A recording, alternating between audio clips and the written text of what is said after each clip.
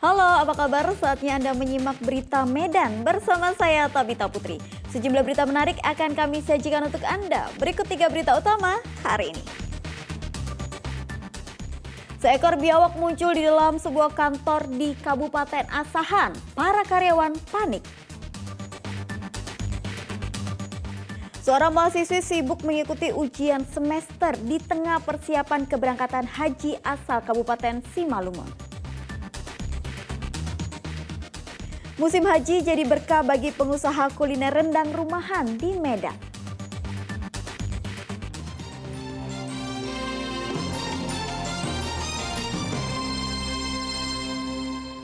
Informasi pertama, seekor biawak tiba-tiba muncul di dalam sebuah kantor di Jalan M. Yamin, Kabupaten Asahan.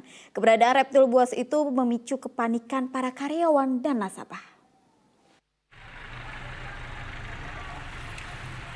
Biawak berukuran besar masuk ke sekitar kantor perusahaan pembiayaan di Jalan HM Yamin, Kabupaten Asahan pada Senin petang. Para karyawan dan nasabah di dalam kantor khawatir menjadi korban penyerangan hewan buas itu.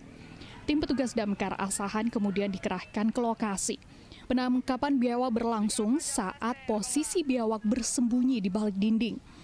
Biawak berukuran lebih kurang 1 meter itu berhasil dikuasai petugas meski masih beberapa kali menyerang dengan agresif kepada para petugas. Kesulitannya ada sedikit, mungkin karena dia terlalu besar dan terancam, dia sempat melibaskan ekornya serta menggigit kaki dari rekan kami, tapi alhamdulillahnya karena kami sudah memakai alat yang safety, alhamdulillah ekor biawaknya bisa kami atasi dan kami evakuasi.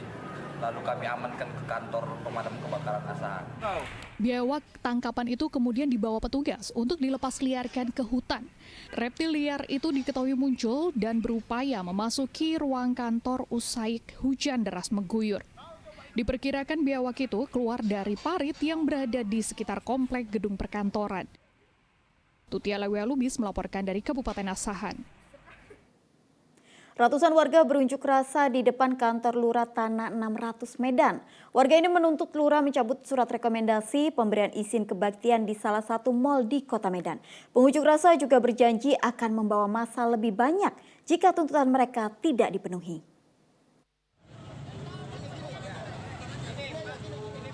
Ratusan warga melakukan aksi unjuk rasa di depan kantor Lurah Tanah 600 di Jalan Marelan Raya, Kecamatan Medan Marelan, Kota Medan. Mereka membawa spanduk berukuran 3 meter, bertuliskan masyarakat Tanah 600 menolak Suzuya Marelan menjadi tempat ibadah Gereja Elim Kristen Indonesia atau GEKI.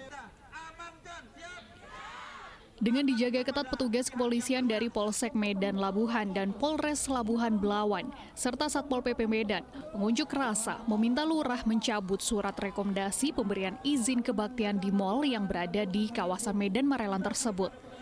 Warga menilai rencana itu melanggar Peraturan Bersama Dua Menteri tahun 2006 dan Peraturan Wali Kota Medan nomor 28 tahun 2021 tentang terwujudnya ketentraman, ketertiban, dan kerukunan masyarakat antar umat beragama. Awalnya, aula mal tersebut hanya dijadikan aula kampus sesuai dengan tulisan yang ada di depan pintu aula. Namun nyatanya lokasi tersebut dijadikan tempat kebaktian. Sementara tempat ibadah jemaah GEKI telah ada di kawasan Jalan Platina Raya yang dihuni oleh mayoritas jemaat tersebut. Jadi, indikasi-indikasi ini sudah masyarakat sampaikan. Sudah ada surat keberatan, sudah ada sering terjadi gejolak dan konflik. Tapi kenapa Lurah Kelurahan Tanah 600 tetap mengeluarkan rekomendasi? Yang mana ini menjadi kegaduhan. Rekomendasi adalah bibit dikeluarkan izin. Jadi ada unsur apa ini Lurah dikeluarkan, memaksakan mengeluarkan rekomendasi? Yang mana ini satu keberatan dari masyarakat. Artinya keberatan masyarakat ini dikangkangi oleh Lurah Tanah 600. Aksi unjuk rasa berlangsung tertib meski tidak mendapatkan titik terang permasalahan dari Lurah Kelurahan Tanah 600. Pengunjuk rasa lalu membubarkan diri dan berjanji akan membawa massa lebih banyak jika tuntutan mereka tidak dipenuhi. Muhammad Hamdani melaporkan dari Kota Medan. Kasih waktu. Sebuah yayasan pendidikan yang menaungi pendidikan TK, SD hingga SMP di Kota Pematang Siantar berencana menutup sekolah. Hal ini disayangkan pihak wali murid dan para guru. Forum Wali Murid akan melakukan pertemuan dengan Dinas Pendidikan dan DPRD untuk menindaklanjuti kondisi ini.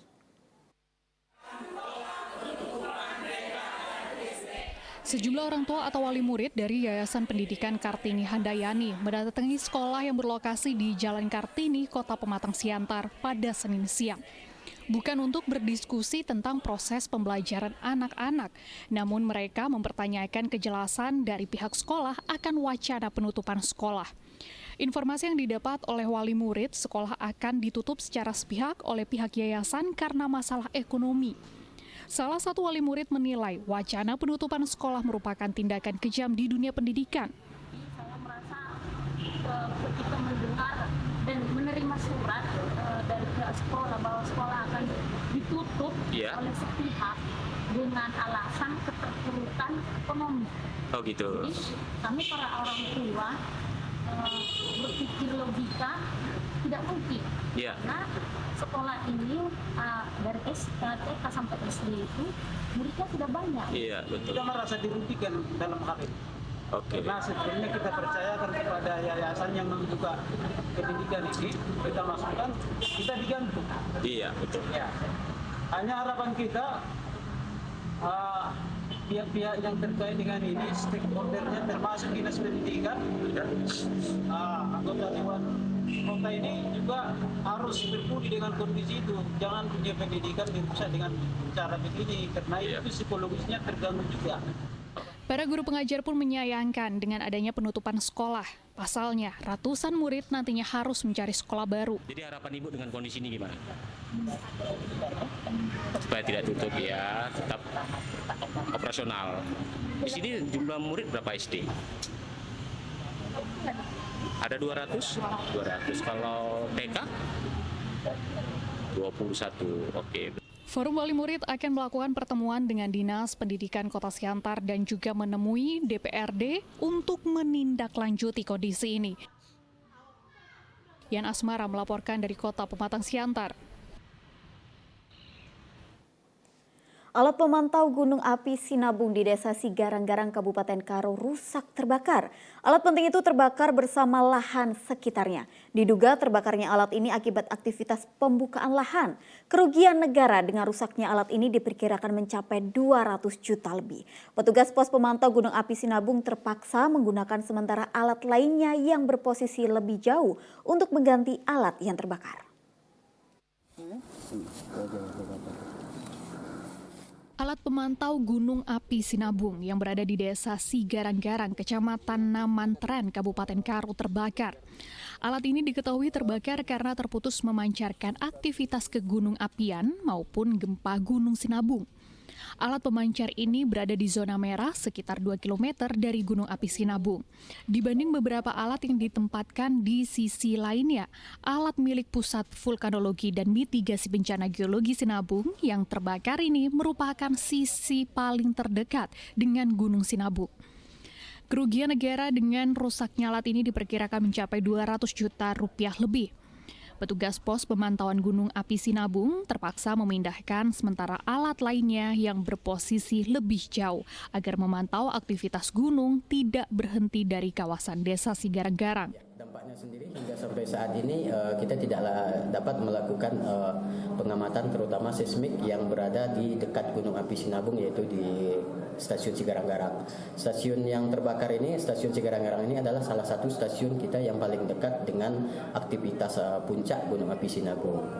Berarti untuk pemantauan sendiri kita gunakan apa saat ini? Ya, untuk pemantauan sendiri hingga sampai saat ini kita masih punya beberapa stasiun lain lagi. Nah, untuk itu kita memakai stasiun yang berada juga dekat dengan Gunung Api Sinabung. Belum diketahui pasti penyebab terbakarnya alat penting itu.